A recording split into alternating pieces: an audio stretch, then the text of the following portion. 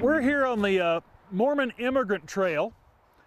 This is not immigrants, these are emigrants. This was the Mormon battalion when they were leaving California because Brigham Young wanted them to come back after the discovery of gold. It changed things.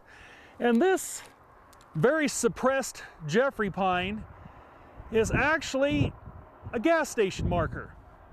Now, this blaze right here was put in by Kit Carson.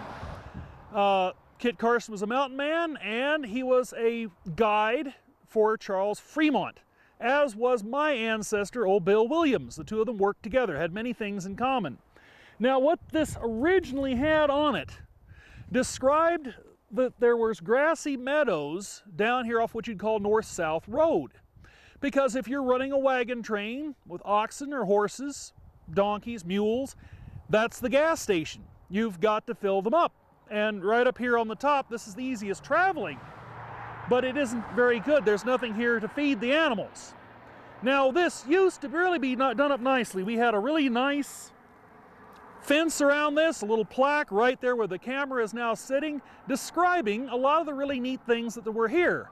Vandals, people that just had no consideration at all for history, tried to light it on fire, they tore it up. And I think that's a crying shame. Now, the tree is luckily, it's still living. It's very suppressed. It's a very slow-growing pine. Most pines would be way, way bigger than this or would have passed away. But this is part of our history, and to point out, this Mormon Immigrant Trail was the big trade route for the Washoe people. We call them Washoe. A lot of Washoe folks still alive, got different things. And down here at Sly Park, it was a multinational gathering place. Sly Park is just down here a little bit. It had different names, just like a place in Switzerland. Chuni was the Moklelo name for it. Togano was the Hilnisanon word for it. The Washishu name for it, I've never heard actually pronounced, so I'm not going to butcher that up. But the big trade down this trail was salt. The Washoe had a tremendous salt production, and this was taken down here, and they could buy anything with it, because if you like your McDonald's French fry salt, and you wonder what the difference is, it's alum chloride, not sodium chloride. It's a pickling salt. And the Washishu had a tremendous operation for deriving that salt.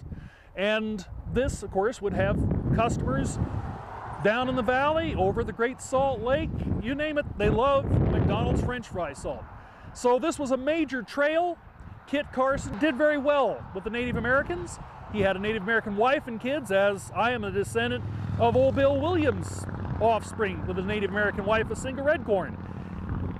You'd talk to the folks and they'd explain what it is. This is the best route getting back and forth. So this made sense. Give this a marker for people that are coming through. There were markers on this trail for the Native Americans that they'd set up, although to point out, this is well within the Washoe's homeland. So you're really dealing with one tribe here when you get to Sly Park. That was kind of the border of 3 different peoples, kind of like Switzerland, so it has multiple names. Just wanted to give a little bit on this and show you probably won't see this. You'll come up the road and you'll miss it. But it really is a fascinating piece of our local history.